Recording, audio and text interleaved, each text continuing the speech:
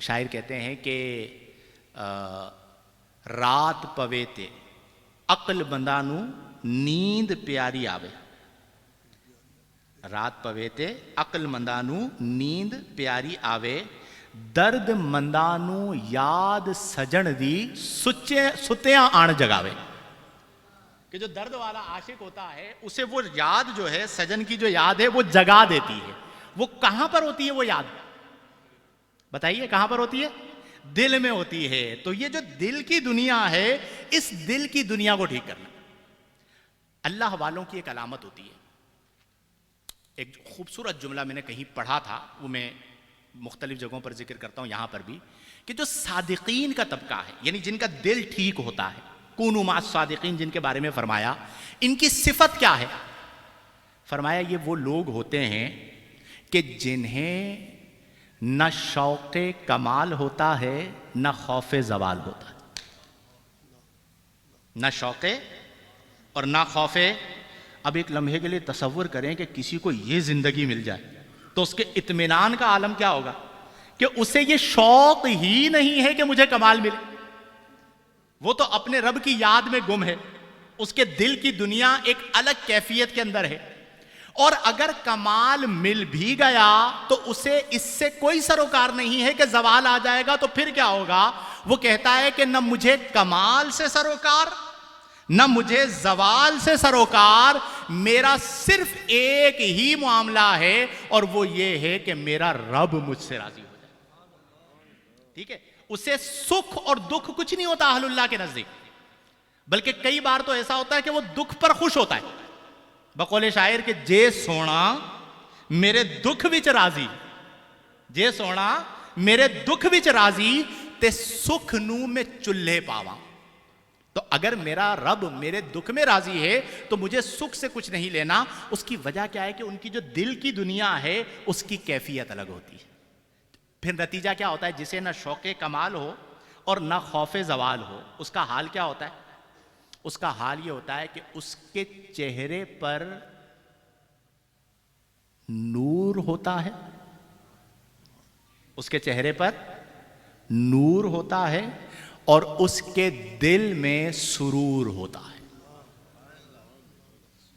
چہرے کا نور اور دل کا سرور, وہ ہے سرور.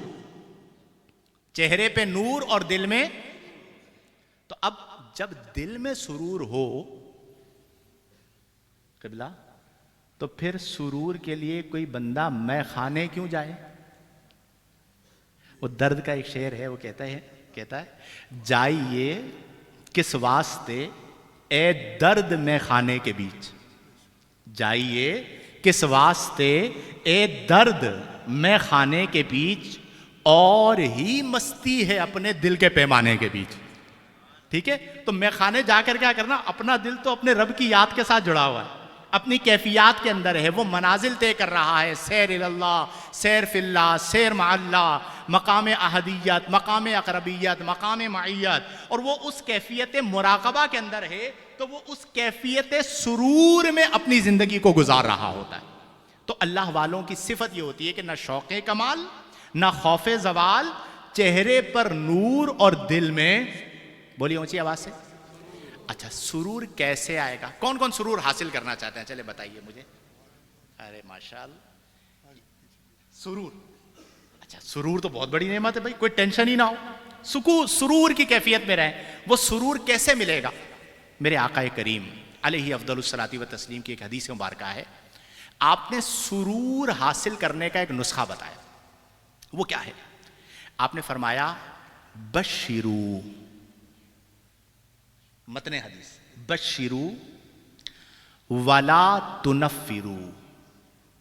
صرف اس ایک چیز پر عمل کر لیں تو سرور مل جائے گا. وہ کیا ہے؟ آقا کریم نے فرمایا بشرو, محبتیں بانٹو. بولو سبحان اللہ. کیا بانٹو؟ اب آپ مجھے بتائیے, آج کے دور میں زبیر بھائی محبت بانٹنا آسان ہے؟ کسی نے مخالفت کی, کسی نے کہا شاہد ایسا, شاہد ویسا, فلاں ایسا, فلاں ویسا. انسان ہے نا, طرح طرح کی باتیں ہوئی. اب یہی تو مقام ضبط ہے. اور اسی ضبط پر اللہ تعالیٰ بست عطا فرماتا ہے کہ سامنے والا تیر چلائے. اور آپ دیکھیں کہ اگر ضبط کی سب سے بڑی مثال دیکھنی ہے نا ایک طبقہ، تو وہ طبقہ انبیاء ہے. انبیاء کرام سے زیادہ ضبط اور برداشت کسی کی نہیں. اور اسپیسیفک ایک مثال دیکھنی ہے تو وہ ایک مثال سید الانبیاء کی مثال. یعنی ایسا ضبط تاریخ انسانیت میں نہیں ملے گا کہ 40 برس آپ مکہ المکرمہ میں رہے اعلان نبوت سے پہلے، اور ہر طرح کی معصیت ہو رہی ہے، آپ اپنا کردار لوگوں کے سامنے رکھ رہے ہیں، اور 40 برس آپ نے اپنی زبان اطہر سے ایک لفظ نہیں نکالا. برداشت کی اس سے بڑی مثال کوئی نہیں ہو سکتی. تو جتنا زیادہ ضبط ہوگا اتنا زیادہ بست.